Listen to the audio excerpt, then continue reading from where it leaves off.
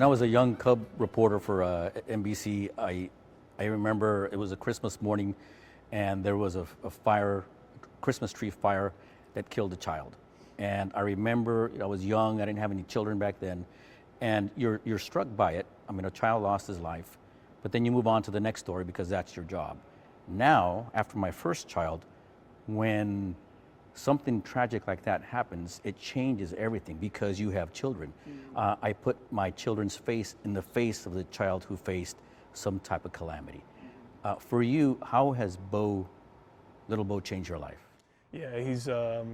It's kind of hard to put into words, really, and I think any father could relate to that because you hear from other fathers before, either while your wife's pregnant or before you have children. They talk about how special it is, and it's hard to describe and put into words, and that's exactly my feeling right now. He's so amazing, and I mean the things that he's brought into me and my wife's lives, just being our beautiful baby boy. It's just like something. It's no other feeling in the world, and having him out there. We had him out there yesterday during our practice with the fans out there, my wife and him. And it was a dream come true. You look at other families come out and they have their kids and everything. So to have that moment of me, my son, and my wife all together really just put things in perspective of what's important in life. And it was amazing. Because there are times when your buddies, hey, let's go have some drinks after work. And when you were childless, you go. But now that you have children, sorry guys, I got to spend as much time with my child as I can. Yeah. No, usually no drinking for me. No drinking for me. But yeah, you know how it is. Family is number one for me. And anytime I have any off time, I'm always spending that with my family. Especially now with my son here. My kids are going to be juniors in high school. My daughter plays flag football for her high school. Her twin plays varsity football at Bellarmine, and he's a slot receiver, and it scares me to see him go down the middle. Would you let Bo put on the pads? Yeah, whatever he wants to do, man, I'm going to support it. Of course, he's probably going to gravitate towards football because he sees daddy doing it. But he doesn't even have to play sports. It doesn't matter what he does. I'm going to support him and be his biggest cheerleader in whatever he does. Your mentality when you're out there on the field, is it, that's my football, I'm going to get that football, and you're not going to gain another yard after I hit you? Yeah, my mentality is always dominate. I go out there with supreme confidence every time I step in between the white that I'm the best player on the field, right? And that's not to be arrogant, that's not to be cocky, that's just, it comes from just a preparation, a belief in the talents that I've been given from the man upstairs, and just being grateful just to play the game honestly. I want to make sure that every time I'm on there that I'm inspiring, obviously, those who watch me, inspiring my teammates, and giving it my all because I don't know how long I have to play this game. I want to make sure I leave no stone unturned. In my profession, I hate losing. I hate coming out second.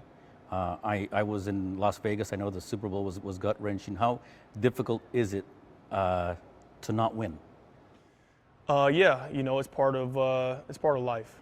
Honestly, it is tough. I can sit here all day talk about how much I hate losing, right? And but at the end of the day, you can't love winning unless losing is part of that equation. You learn through the losses, and you want to try to learn those lessons quicker than later because you want to be able to move past them and get those wins in your life. But I've been fortunate enough to be a part of an organization that's won a lot of games here, and so we're going to continue to do that and continue to try to strive to be our best selves.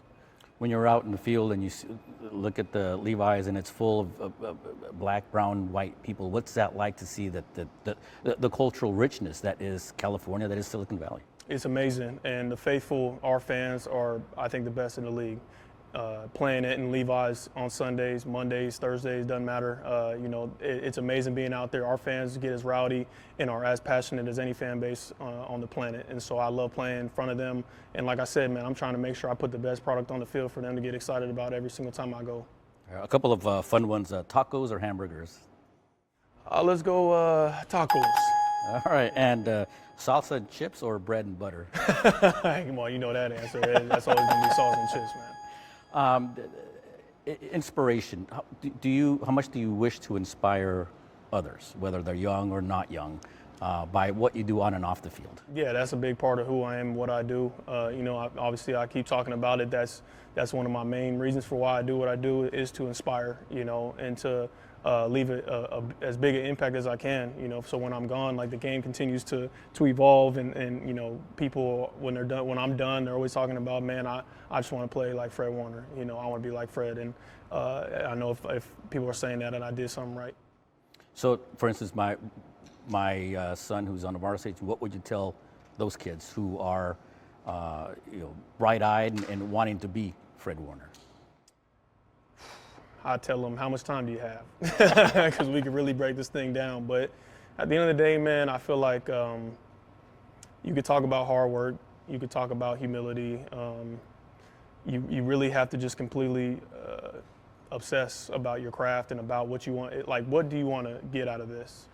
And your answer will dictate how you're supposed to work, to obtain that. If you say you want to be the best, and your work ethic and the way that you approach every single day has to reflect that, right? You can't say you want to be the best and you're out doing, Lord knows what, and eating whatever you want, not sleeping. Like, all those little things, they add up, and you can't just do it for a week or a month or a year. Like, you got to do this for a long, long period of time, years and years of work, to attain those goals that you set out for yourself. And so, I'm already rambling right now, but like I said, man, it's just about really just committing yourself and everything that you're about to what you want.